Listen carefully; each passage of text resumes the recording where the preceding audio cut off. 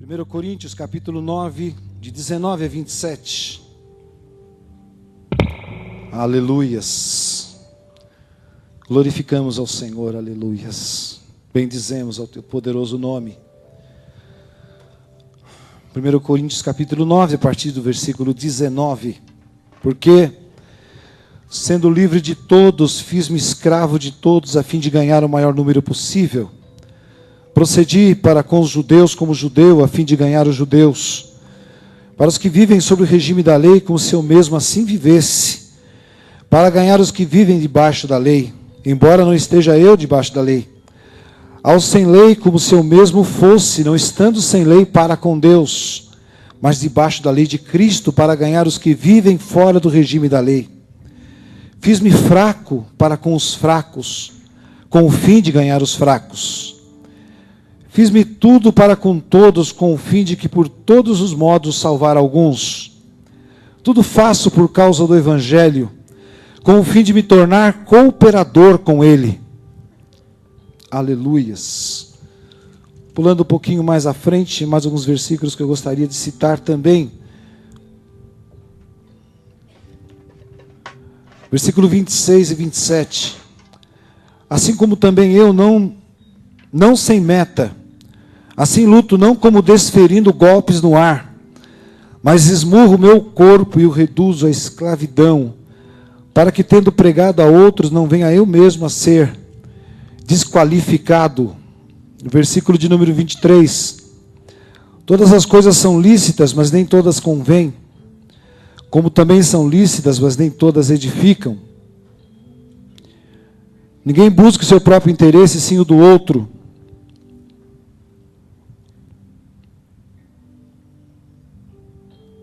Ninguém busca o seu interesse, e sim o do outro.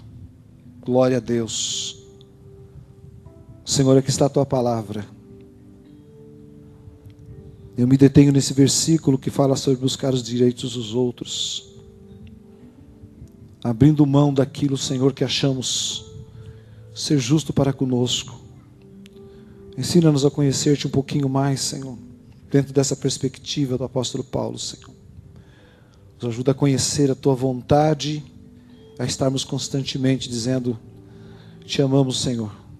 Estamos dispostos a abrir mão da nossa própria justiça, da nossa própria razão, para glorificar ao Senhor através da servidão, pelo nome de Jesus. Amém, Senhor. Graças a Deus. Você pode se sentar?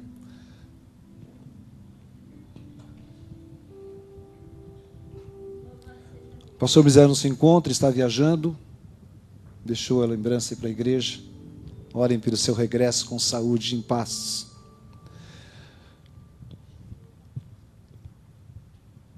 Quando vai chegando assim o final do ano, uma das coisas que me pego pensando e refletindo é sobre as coisas que acrescentaram à minha vida, à minha fé, durante o ano que passou. Eu fico imaginando quantos conselhos nós recebemos aqui, né? Quantas vezes foi pregada a palavra de Deus, por nós da casa, como aqueles que nós convidamos também. E é interessante que algo que Deus faz é nos aconselhar assim continuadamente. A palavra de Deus é conselho.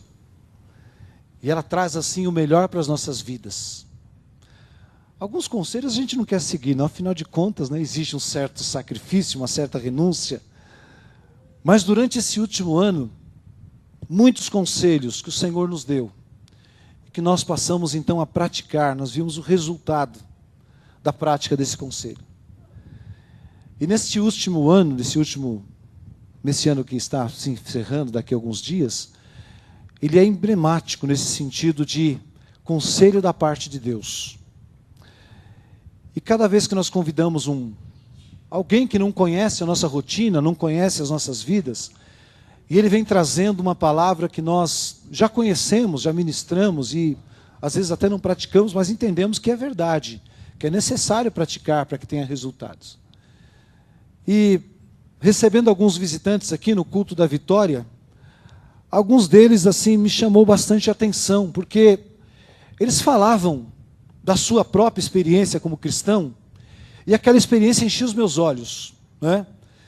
E a maioria deles que vieram até aqui, eles tinham assim uma experiência rica de convivência com o Senhor, de vida com Cristo. Mas eu achei interessante que a maioria desses que vieram pregar aqui com esse testemunho poderoso, eles tinham assim um único dado, um único item que era normal na vida deles, né? E um dos itens que eu posso dar um destaque aqui esta noite dentro dessa mensagem é o negar a si mesmo, né? É o dedicar-se à obra de Deus. E o apóstolo Paulo ele fala muito sobre essa questão de negação de si mesmo, né? E ele fala muito sobre essa questão de eu fiz-me de fraco para ganhar os fracos. Como será que é essa situação de ser fraco para ganhar os fracos, né? Alguns de nós levam isso assim meio de uma forma meio distorcida e usa essa experiência para dizer assim, olha, se eu andar com alguém que é incrédulo e ele ver em mim uma pessoa muito chata, desculpe usar essa expressão, uma pessoa assim muito radical, uma pessoa incisiva, uma pessoa que acusa o pecado, uma pessoa que não tolera uma coisa que a Bíblia não concorda, um crente que seja radical, vamos colocar assim. Então essa pessoa, ela não fica próxima, ela procura ir para o lado de alguém que é menos radical, né? Uma pessoa que não cobra tanto. Então eu fico imaginando o apóstolo Paulo com esta sua posição, com essa sua postura nos dias de hoje. Ele pregando para nós aqui. E dizendo coisas como esse destaque aqui que eu faço nesse versículo. Versículo 27, mas esmurro o meu corpo e o reduzo à escravidão para que, tendo pregado a outros, não venha o mesmo a ser desqualificado. Ele vem dizendo o seguinte, que ele sacrifica o seu próprio ego, o seu próprio jeito de ser. E ele diz assim, quando eu pregar, eu não posso ser desqualificado naquilo que eu prego. E a gente fica assim, tentando justificar, por exemplo, um temperamento forte, né? Alguns crentes estão passando pelo processo de conversão e eles ficam nervosos de repente e mostram quem realmente são. Bate na mesa, até fala um palavrão assim meio... mas olha, eu não sou um crente assim, como Deus queria que eu fosse, mas afinal de contas eu sou carne, né? E ele reage, e nós reagimos nas mais diversas situações. Eu posso muito bem ser calminho aqui, não é? Mas se eu estiver no trânsito, eu já não consigo manter essa mesma calma, essa mesma, né, essa paciência. Se alguém buzinar mais forte, eu sou capaz de mostrar que eu também tenho uma buzina forte. Está buzinando para mim, está reclamando que eu estou andando muito devagar. Então nós estamos sempre assim buscando a nossa justiça, sempre justificando um ato. A gente não diz assim, olha, eu pequei, não, eu tive um deslize, mas eu pecar, não. O outro pode até me induzir a pecar, mas eu não. O apóstolo Paulo diz que ele se esmurrava no sentido assim, eu perco o meu direito para ganhar alguém para Cristo, não é? Então eu fico imaginando nesse último ano, quantas vezes o Senhor já não me provou para saber o que está no meu coração. Quantas vezes eu já não fui testado, muitas vezes, na busca de um sonho, e aquele sonho não aconteceu. Ontem eu vi um testemunho desse. O rapaz orou a Deus, e ele queria descobrir o que ele deveria buscar como profissão. Maravilha, ótimo. Ele estava preocupado em saber de Deus qual era o caminho para ele, o que seria adequado para ele. Ele não tinha ainda certeza do que iria ter como emprego, como meta na sua vida profissional. E Deus então mostrou para ele que determinada profissão era o ideal para ele. Ele vai lá e faz todos os testes. E no dia de entregar o documento para ser aprovado, ele perdeu o prazo. O sonho da sua vida escapou por uma data. Foi ler lá, falou, vai ser tal dia. Passou o dia e não percebeu. A pergunta é, Deus tinha falhado com ele ou ele falhou consigo mesmo? Se Deus já tinha confirmado através das orações, através da paz no coração, de que realmente era essa a profissão, era esse o trabalho, por que ele perdeu o prazo? Era uma coisa humana, Era algo natural que ele marcasse no seu relógio, marcasse na sua agenda e não perdesse aquele prazo, porque aquele prazo determinaria o futuro. Até passou naquelas provas assim mais difíceis. E ele contou isso com uma alegria muito grande. Olha, rapaz, a média lá era 8 e tanto, eu tirei 8 e tanto. Deus abençoou até nisso. E ele passou um tempo amargo com Deus. Começou a fazer tudo aquilo que ele sabia que não deveria fazer. Foi uma forma que ele teve assim de entre aspas. Dizer para Deus que não estava satisfeito com o resultado. Mas depois de perguntar para Deus, ele orando, o Senhor acalmou o coração dele, ele fez uma reflexão e entendeu e assumiu. Eu errei no prazo. Deus deu o que ele havia prometido, eu falhei com relação à proposta que Deus tinha para mim. Então, às vezes, nós estamos, eu particularmente, estou buscando a Deus, quero ver respostas de Deus, intercedendo em favor de alguém, ou então fazendo a obra de Deus, mas algumas coisas não acontecem no tempo certo. E aí eu me questiono, eu digo assim, isto era da vontade de Deus ou era da minha vontade? Né? Mas aqui, uma das coisas que eu quero destacar para vocês é que o apóstolo Paulo ele aprendeu a viver em frustração também. Em alguns sonhos que não se cumpriram, em algumas situações que ele achava que Deus estava no comando, Deus não estava, e algumas atitudes que ele entendia que ele falhou, e ele confessava isso em algumas passagens desse mesmo capítulo, que ele falhou, ele, homem, Paulo. Mas o texto nos ensina uma outra coisa muito interessante. Sabe o que mantinha Paulo de pé fazendo a obra do Senhor, sendo um crente de acordo com a vontade de Deus, realizando a obra de Deus? Era a sua paixão.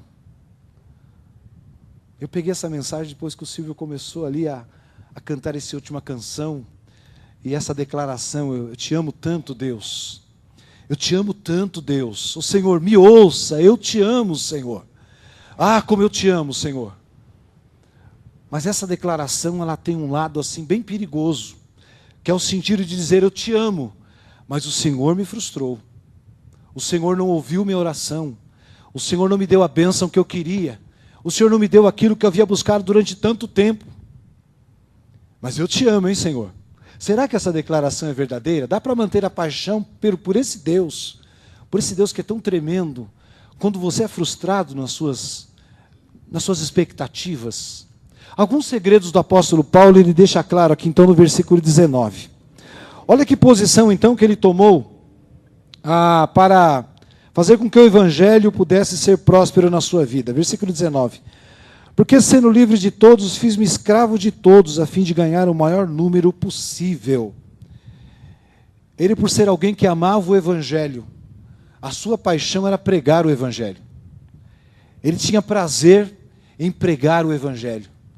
Ele tinha prazer em falar desse Jesus que havia sofrido, mas tinha vencido a morte, por amor de todos aqueles que o ouviam. Essa paixão por esse Jesus fez com que ele pudesse vencer muitas adversidades, muitas situações que nós hoje não vencemos. E nós apontamos para o céu dizendo assim, o Senhor foi injusto comigo. O Senhor não me permitiu realizar o meu sonho. O Senhor não me deu a pessoa que eu queria. O Senhor me deixou ser acusado. O Senhor me fez passar vergonha e eu não aceito isso. Eu tenho que ser um crente vitorioso, príncipe de Deus, e não era para o Senhor ter falhado comigo. O apóstolo Paulo entendeu que Deus cuidava dele. E ele, enquanto ele pregava o evangelho, ele aguentava no seu físico, na sua própria vida, ataques, injustiças. Chegou a ser preso por injustiça. Ele está ali para libertar uma jovem e as pessoas inventam uma calúnia, jogam ele na prisão. E a sua reação para com essa injustiça é cantar e adorar ao Senhor até tarde da noite, amarrado a um tronco depois de ser surrado. Mesmo na injustiça ele adorava a Deus. Mesmo na injustiça ele dizia, tu és o meu Deus e eu te adoro assim mesmo.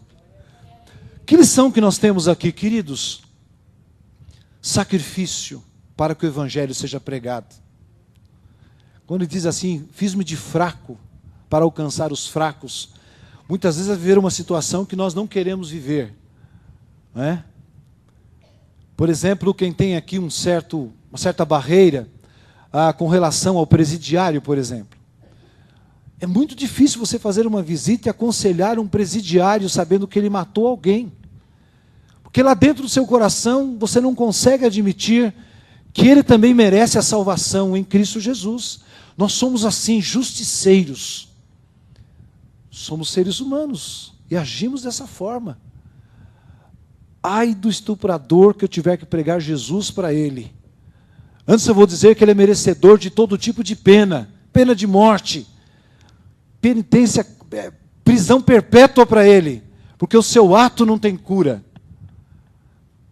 Paulo nunca falou esse tipo de coisa, pelo menos que eu tenho encontrado aqui. Se alguém achou, me avise. Ele não ficava avaliando o pecado das pessoas. Ele pregava Jesus, que era liberdade. Nós precisamos aprender essa verdade. Eu não posso pregar o evangelho julgando o meu irmão. Eu devo pregar o evangelho sentindo compaixão dele e entendendo que ele é escravo de uma mentira e por causa disso ele vai para o inferno. E aí, quando tiver compaixão dessas pessoas, eu não vou medir o seu pecado.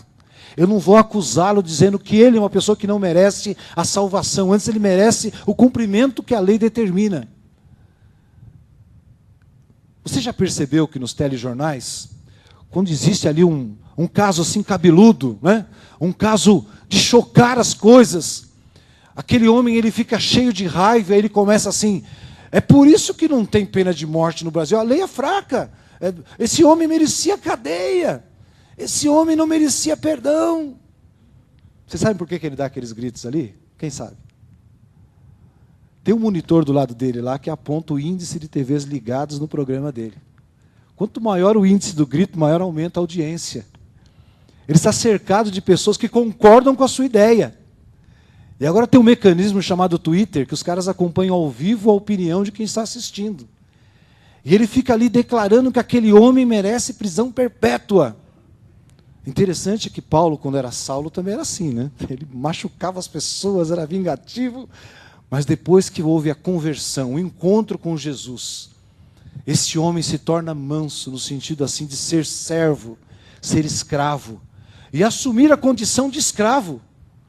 Então antes era o homem que entrava a cavalo dentro da casa daquelas pessoas e julgava-os e apontava o dedo e dizia assim, eu estou certo, estou cumprindo a lei. Vem aqui, você vai ser castigado, você será aprisionado, pena de morte para você. Mas quando ele teve um encontro com Deus, a coisa mudou.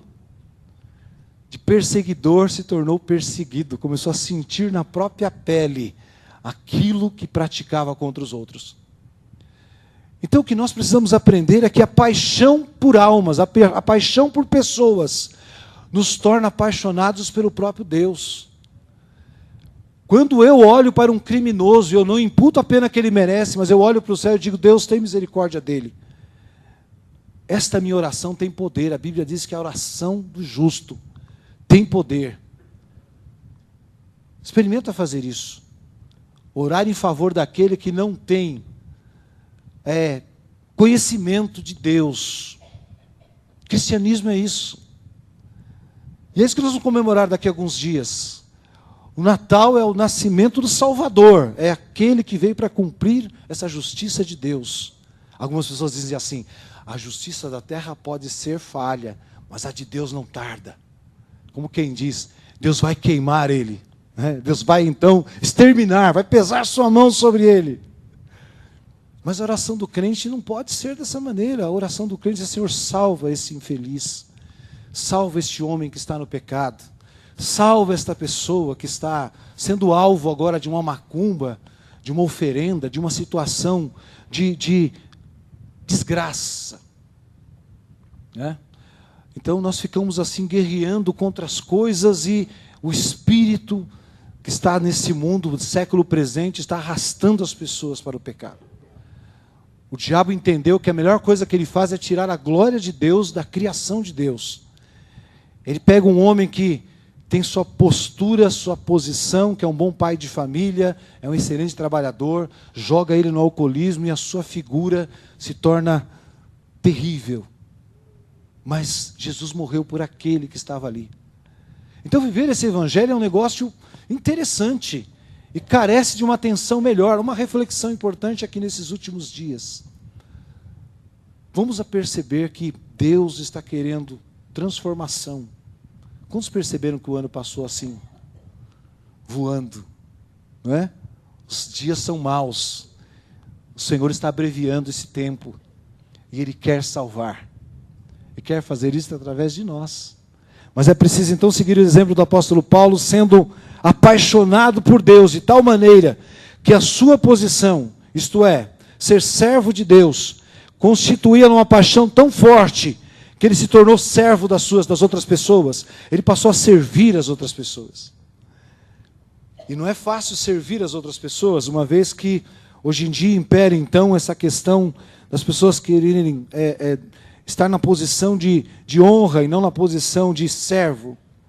A paixão do apóstolo Paulo, e além das suas preferências pessoais, ele insiste em cumprir sua missão, e o que o guiava era compaixão e não compromisso. Então era compaixão que Deus havia colocado no coração do apóstolo Paulo, que o movia a pregar o evangelho. Era o prazer que ele tinha de vir alguém que sofria, não sofrendo mais, mas servindo a Deus. Era isso que o impulsionava. E por isso que ele foi impactante na sua época. Vamos pedir para que o Senhor nos ensine a termos assim compaixão das pessoas, porque isso nos levará a nos tornarmos assim apaixonados pelo Senhor. Então você está com aquele seu papelzinho que o pastor distribui para cada um de nós aí. Quem tem aquele folhetinho, está orando, está orando todos os dias. Coloca aí naquela relação de nomes a pior pessoa que você conhece. Aquele que você vê assim aos olhos humanos que não tem jeito. O homem é ruim, o homem judia da mulher, já passou pela cadeia 2, 3 vezes, já merecia lá aquela pena da Maria, como é que é, da Maria da Penha, né? Aquela lei, não é isso? Esse homem olha para a sociedade, ninguém quer saber dele. Põe o nome dele ali. São 300 dias de oração. Comece a exercitar a tua fé com compaixão, com misericórdia. Você verá o resultado da tua oração nos próximos dias. Quem sabe um dia você veja essa pessoa sentada do teu ladinho aí, glorificando a Deus. Já pensou que maravilha?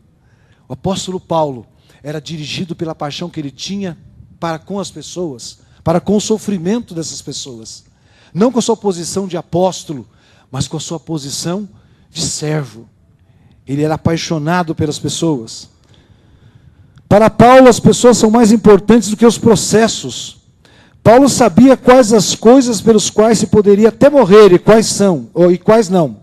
Ele deu um maior valor às pessoas do que aos processos. Quando nós aprendermos essa lição, de nos preocuparmos com o resultado daquilo que Deus está fazendo, e não com a maneira que Deus está fazendo, essa igreja ficará cheia. Porque além de compaixão, nós iremos entender que Deus tem um processo de transformação na vida de cada um de nós. Nós estamos agora estimulando aqui, no culto da vitória, um momento do testemunho. Não é isso, Valdir?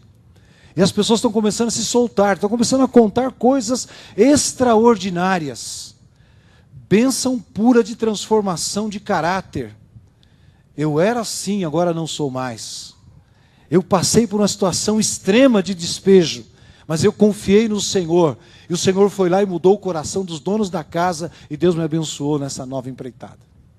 Deus está transformando o coração das pessoas. Talvez precisemos aqui fazer mais testemunhos, não é? Para que as pessoas digam o que verdadeiramente está acontecendo nas suas vidas. Olha para trás, veja neste ano quantas coisas Deus já fez na sua vida. Aprenda a observar a ação de Deus naqueles que você conhece. Veja aquele que você começou a olhar e orar por ele com compaixão, Deus já agiu. Nos próximos dias você verá aqueles que você achou que talvez não tivesse jeito, Deus já está fazendo uma obra na vida deles. Amém, Jesus? Porque o trabalhar de Deus não depende de nós. Não depende de quantos cultos nós façamos, se é de manhã, se é à tarde. Não, o que depende é de você orar por eles, para que Deus intensifique esse processo e haja transformação. Mas aí tem um segredo. Se esta pessoa vive com você, reparte lá o teto com você, e você está junto desse processo, talvez você não perceba esse processo. Porque quem está no centro, no olho do furacão, não percebe a ação de Deus. Veja bem, o marido que era ruim, o marido que bebia, que batia na esposa, e ela começa a orar por esse marido. ela fica com medo tão grande que ela fica contando as horas para que esse marido não chegue, que faça hora extra, para que ela tenha um pouquinho mais de descanso. Ela já está doente emocionalmente, ela não consegue ver o agir de Deus. Então ela está envolvida naquele processo de sofrimento. Mas tem uma coisa, quando começa a orar por esta pessoa, pode aguardar que a cada dia ele chegará diferente, diferente, diferente, até chegar um dia, vamos para a igreja? Vamos para a igreja?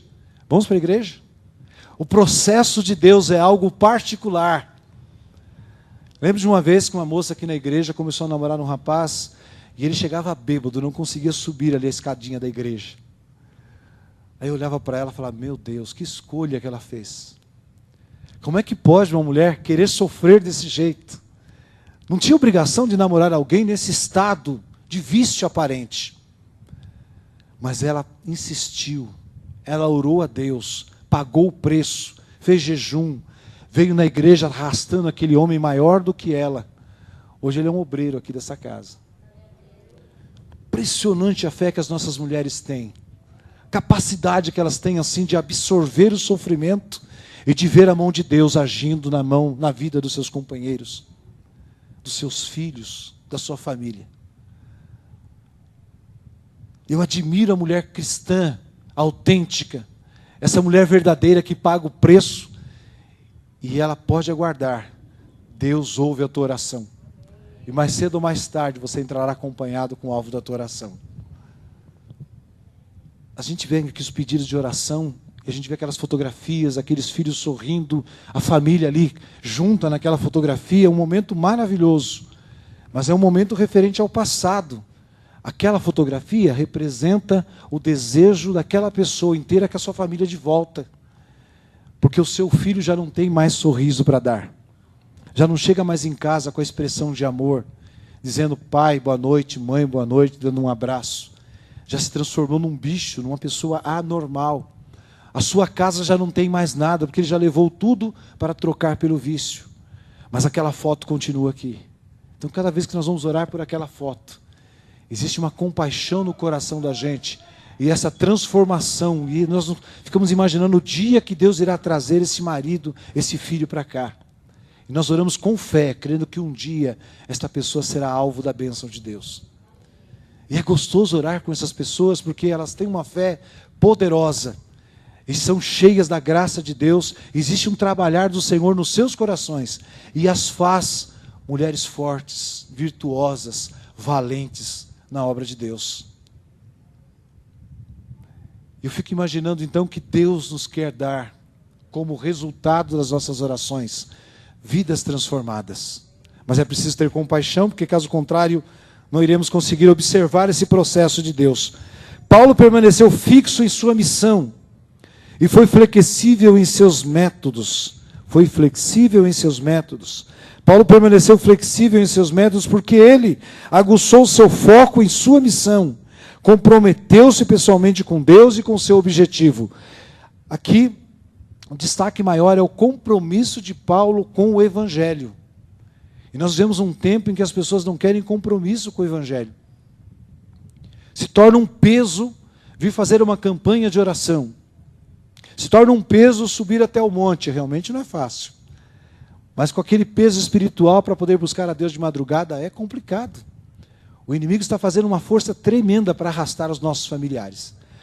Mas existe um tempo em que você deve focar em Deus o teu objetivo de oração, sabendo que Deus está no controle e que esse Deus jamais te abandonará. Agora, eu queria chamar a atenção de vocês para que vocês pudessem, junto comigo, perceber algumas barreiras que nos impedem de alcançar essa paixão que Paulo tinha. A primeira barreira que eu destaco aqui é a barreira da submissão. Lá no versículo 12 de Romanos, capítulo 2, a parte A, diz o seguinte, livro de Romanos, ele deixa claro que é preciso haver uma mudança, primeiramente em nossa mente. Então não vos conformeis com este mundo, mas renovai a vossa mente para que haja transformação no seu entendimento. Ele diz o seguinte, você precisa então, para ter a mesma paixão do apóstolo Paulo, ser submisso a Deus, entregar a Deus o controle da sua vida, não viver como vivem as pessoas desse mundo, mas deixar que Deus os transforme por meio de uma completa mudança da mente de vocês. Então veja bem, é preciso deixar que Deus assuma o controle da sua rotina diária. Então a entrega das nossas mentes, do nosso coração ao Senhor, é um exercício de fé e de entrega diária. Não é? Então, essa entrega não deve ser feita somente durante o culto, durante o apelo, durante uma mensagem, durante um simpósio, mas é uma entrega diária. Então, para que essa barreira da insubmissão caia por terra, é necessário que haja, então, um desejo de entrega dos nossos pensamentos ao Senhor. Pensamento de derrota, no sentido assim, de não ver esperança de Deus causar impacto em nossas casas, em nossas famílias, com os nossos vizinhos, com os nossos amigos de bairro e com alguns visitantes que vêm na nossa igreja. Então, essa barreira da insubmissão, ela nos deixa descrentes com relação à ação de Deus na vida das pessoas. Então, cada vez que você olhar alguém, por pior que seja o quadro, é preciso que você creia que quando ele se tornar submisso à vontade de Deus, e Deus operar na sua maneira de pensar, terá-se início então uma transformação interior. O seu jeito de agir será diferente. A grande questão é que nós estamos presos a uma vida diária de afastamento da presença de Deus. E a cada dia mais acontecem coisas e fatos e atos e situações que nos afastam mais e mais. Então, você não consegue exercitar essa questão de crer no poder de Deus ativo nos dias de hoje. Algumas pessoas chegam até a observar o seguinte: antigamente era fácil crer que Deus tinha poder para agir. Hoje parece que Deus se virou contra nós. Mas essa não é a verdade. A Bíblia diz que Deus jamais nos abandonará. Ainda que meu pai e minha mãe me abandonem, o Senhor me abandonará jamais. É uma promessa de estar conosco sempre. Então, na verdade, somos nós que viramos as nossas costas para esse Deus e não conseguimos observar aquilo que Ele está fazendo. Então você precisa, em primeiro lugar, se submeter à vontade de Deus, entregando a tua vida ao Senhor verdadeiramente. Algumas vezes a gente faz alguns apelos e lota de gente aqui na frente. Eu fico orando a Deus então para que aquelas pessoas tenham feito aquela entrega e essa entrega continue durante a semana. Que haja uma entrega diária do seu viver ao Senhor. Quando você levantar pela manhã, você diga assim: Senhor, agora eu quero entregar a minha vida ao Senhor novamente. Não é porque nós pregamos, não é porque existe uma disposição no teu coração, uma voluntariedade de dizer: Senhor, recebe minha vida como sacrifício vivo, santo e agradável nas tuas mãos esta manhã. Consagre-se mais, apresente-se ao Senhor diariamente.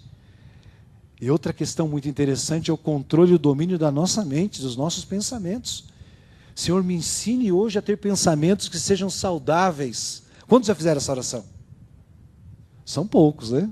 Tenho que admitir primeiramente que os meus pensamentos não são saudáveis, não agradam a Deus. Então, Senhor, os meus pensamentos não são saudáveis. Eu peço perdão pelo que eu andei pensando. O Senhor me ajude a mudar meu pensamento, a minha maneira de pensar. Eu quero que o Senhor transforme a minha maneira de pensar. O que eu estou pensando realmente não condiz com a sua vontade para a minha vida. Então tem que ser transparente, tem que ser sincero e admitir seus erros, admitir os meus erros e dizer: Senhor, me socorre porque eu estou sendo atacado na minha mente. Essa barreira da insubmissão só é vencida quando nós entregamos nossa vida ao Senhor. Eu acabei de falar, mas eu quero repetir a mesma palavra. Seja transparente com as suas ações e assuma responsabilidade por elas. Não deixe que ninguém o despreze por ser jovem, mas para os que creem, seja um exemplo na maneira de falar, na maneira de agir, no amor, na fé e na pureza. 1 Timóteo capítulo 4, versículo 12. Olha o destaque que ele dá aqui, olha que coisa interessante. Ele diz: seja um exemplo na maneira de falar. O que será que nós temos falado que não tem agradado ao Senhor? Quais são as palavras que você usa que não devem ser nunca faladas por um adorador? Que palavras eu tenho usado que de qualquer maneira tem ofendido as pessoas? E um adorador não ofende as pessoas? Porque no seu coração mora o próprio Deus. Ele é fonte de vida e jorra das suas palavras, palavras de paz, palavras de alegria, palavras de transformação. Então, eu preciso agir de modo adequado com o que a palavra me ensina. Na minha maneira de agir, quantos aqui estão sendo atacados na sua maneira de agir? Não tem equilíbrio nas suas ações? Acabam sendo assim, arrogantes na sua maneira de falar com as pessoas? Ou então na sua maneira de incriminar as pessoas, culpar as pessoas? Seja o exemplo no amor. Aqui entra a servidão. Ser servo é praticar o 1 Coríntios 13. O amor tudo suporta. No casamento fica bonito, né? Aquela emoção, naquelas flores, aquele clima. Mas no dia a dia, como manter esse amor de 1 Coríntios 13? Seja transparente com Deus em suas ações. Como medida prática, escolha um amigo que seja um cristão sincero e desenvolva com ele uma parceria transparente, onde os pecados de vocês possam ser mutuamente confessados e sinceramente confrontados com a necessária ajuda de Deus. Olha só, o conselho diz o seguinte, que se eu tiver alguém em que eu posso confiar, e eu chegar diante desta pessoa e dizer assim, eu quero que você me ajude, que você ore comigo, eu estou vivendo tal situação, e eu desejo que você ore comigo. Queridos, a Bíblia diz, confessai vossas culpas uns aos outros, e sejamos curados. Já pensou nisso? Quem é teu amigo que você pode chamar para um café, para um bate-papo, e você pode rasgar o teu coração e dizer assim, amigo, amiga, senta aí que você vai me ouvir agora. Nós crentes somos muito solitários, nós transformamos as nossas vidas em uma espiritualidade completa e total.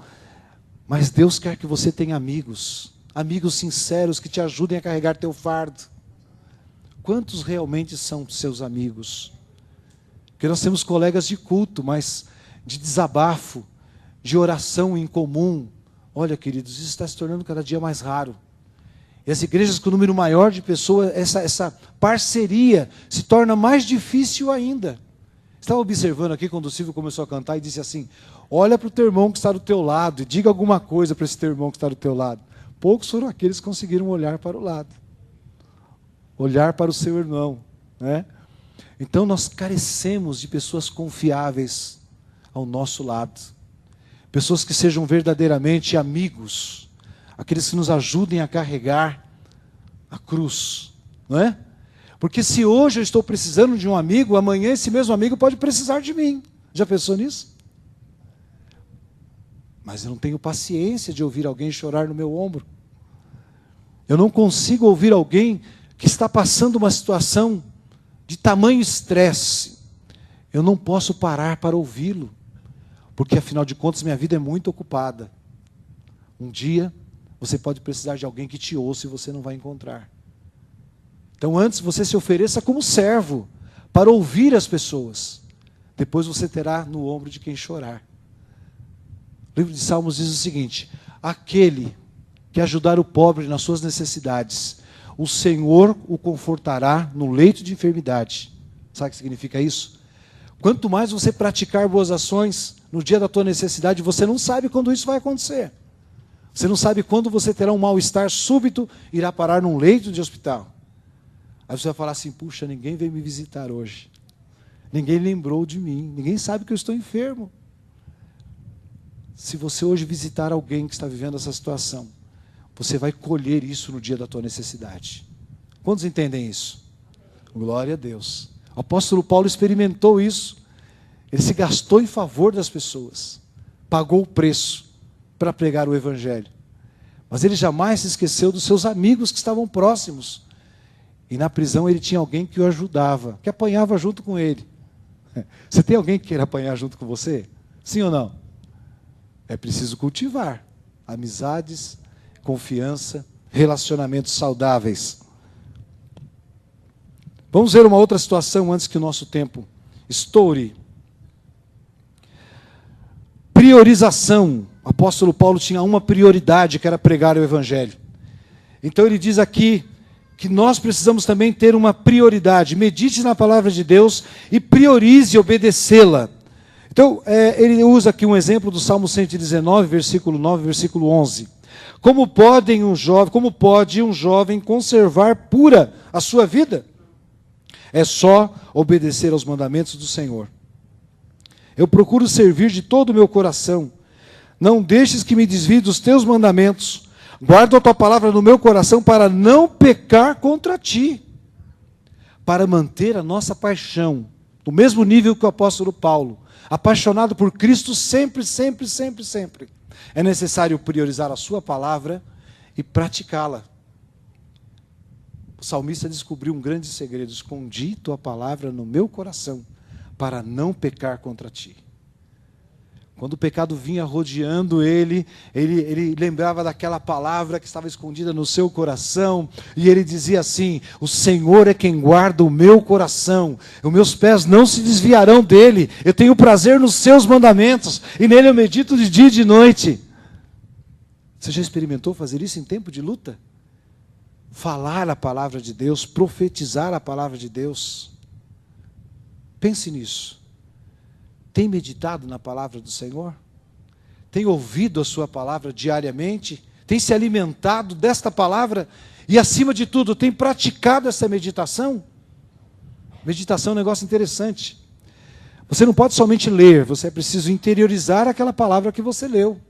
Para quando você precisar de um resgate, de um sufoco, de uma situação de alta tentação, você vem à sua memória aquilo que está no teu coração. Não é?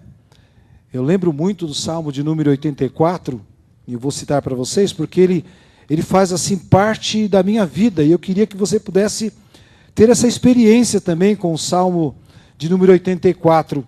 Ele é assim, de uma profundidade tão grande, algo tão maravilhoso, e ele me inspira a ficar mais e mais apaixonado pelo meu Senhor. Salmo 84, ele começa dizendo o seguinte: quão amáveis são os teus tabernáculos, Senhor dos exércitos. A minha alma suspira e desfalece pelos átrios do Senhor. O meu coração e a minha carne exultam pelo Deus vivo. E aí, tem aqui os outros versículos que eu quero destacar nesta noite, porque ele faz parte da minha vida. Versículo 5 do capítulo 84 de Salmos. Bem-aventurado o homem cuja força está em ti, em cujo coração se encontram os caminhos aplanados, o qual, passando pelo vale árido, faz dele um manancial de bênçãos e cobre a primeira chuva. Então vão indo de força em força, e cada um deles aparece diante de Deus em Sião. Ele deixa muito claro que aquele que tem o seu prazer no Senhor, ele pode até passar pelo vale árido, mas aonde não existe vida, ele torna um manancial. Incrível. Significa que quando eu tenho a palavra de Deus no meu coração, e eu busco praticar a sua vontade, aonde eu estiver, ali se torna um manancial. Aonde você for, a tua vida fará diferença. E quando você disser para alguém: eu sou apaixonado pelo meu Senhor, você vai dizer assim: puxa, isto é verdade. Testifica, porque ele está falando algo que está dentro do seu coração. O apóstolo Paulo era apaixonado pelo Senhor, mas ele jamais negou que passou momentos de crise, mas em cada momento ele lembrava que a sua vida estava no altar do Senhor. A sua alma tinha sede do Deus vivo. E aqui ele não diz que tinha sede dos cultos dominicais, dos cultos da vitória, da tarde da bênção, não. Era sede pelo Deus vivo. Ele não precisava da nossa comunhão, do nosso culto. Isso era algo diário, era algo verdadeiro na sua vida. Como não estar apaixonado se você tem intimidade com esse Deus? Quanto mais caminhar com Ele, melhor será a sua qualidade de vida. Né? A gente fala em qualidade de vida, pensa logo nessa cidade, onde tudo é bonitinho, asfaltado e tudo mais. Não, qualidade de vida é ter comunhão com o Pai, com o Altíssimo. O salmista fala várias vezes: eu clamei e o Senhor me respondeu. Você já pensou que coisa linda? Você orar e Deus te responder imediatamente. Não precisa estar de gravata, não precisa estar de paletó, não precisa ter as convenções humanas, porque o meu Deus me ouve a todo momento. Você pode afirmar hoje diante do poderoso que você está apaixonado por Ele? Essa palavra paixão é um negócio meio passageiro, né? Quem está apaixonado, até chegar até o amor, é só uma fase. A paixão é uma fase. Mas essa paixão é aquela que você é capaz de dar a vida para confirmar o teu amor diante de Deus. Dar a vida pelo meu filho é muito fácil. Mas e por aquele que eu vejo só uma vez por semana? Seria possível isso? Feche os teus olhos, curva a tua cabeça. O mundo carece de homens e mulheres de Deus que tenham experiência com o poderoso, com o Deus eterno. Hoje estava no posto de gasolina e o frentista veio abastecer o carro. Eu disse para ele, olha, um Feliz Natal, né? Deus te abençoe nessa passagem desse Natal. E não se esqueça do aniversariante. Ele fez uma cara de interrogação. O aniversariante é Jesus Cristo. Ele precisa nascer na sua vida. Quem ama a Deus precisa praticar essa abordagem. Talvez o que você esteja vivendo nesse instante, que é passageiro, tenha te afastado deste amor de Deus. Esta é a noite que o Senhor quer restaurar o teu amor para com este Deus. Amém? Vamos orar? Senhor nosso Deus, nosso Pai, nós te louvamos porque estamos na sua presença. E nós cremos, ó Deus, que na sua presença é lugar de bênção. É lugar, Senhor, onde nós estamos acolhidos pelo teu grande amor. A palavra diz que aqueles que escondem no teu esconderijo, aqueles que estão juntos com o Senhor, esses estão protegidos pelas tuas asas. Que o Senhor, ó Deus, possa nos ajudar a não ficarmos assim contaminados com esse espírito comercial dos próximos dias. Ó Deus, e que esta pessoa que foi colocada ali como símbolo do Natal, não venha, Senhor, a nos corromper, mas que o Salvador possa nascer em nossos corações e que a sua palavra encontre abrigo em nossas mentes e nos ajude, Senhor, a combater o pecado e a, Senhor, verdadeiramente nos prostrar diante do Senhor e reconhecê-lo como única razão de estarmos vivos. Queremos te adorar nesta noite, Senhor. Queremos bendizer ao Senhor nesse instante. Queremos, ó Deus, renovar o nosso pacto de amor ao Senhor, a nossa aliança contigo, que não pode ser quebrada pelas adversidades, pelas circunstâncias, pela fraqueza, pela frustração, mas, Senhor, que esse exemplo do apóstolo Paulo possa ser real em nossas vidas. Nos ajuda, Senhor, a mantermos a paixão pelo teu evangelho, pela tua palavra, pela tua causa. Coloca em nós, ó Deus, o foco de transformação daquele, Senhor, que humanamente falando não tem solução, mas para o Senhor tudo é possível. Então, Senhor, que o Senhor venha nos visitar esta noite. Venha sarar, Senhor, os nossos corações. Venha curar as nossas emoções, os nossos sentimentos. E nos transforme em bênção para a glória do teu santo nome. Amém, Jesus. Amém, Senhor. Vamos adorar a Deus? Fique de pé nesse instante. Apresente-se diante do Senhor.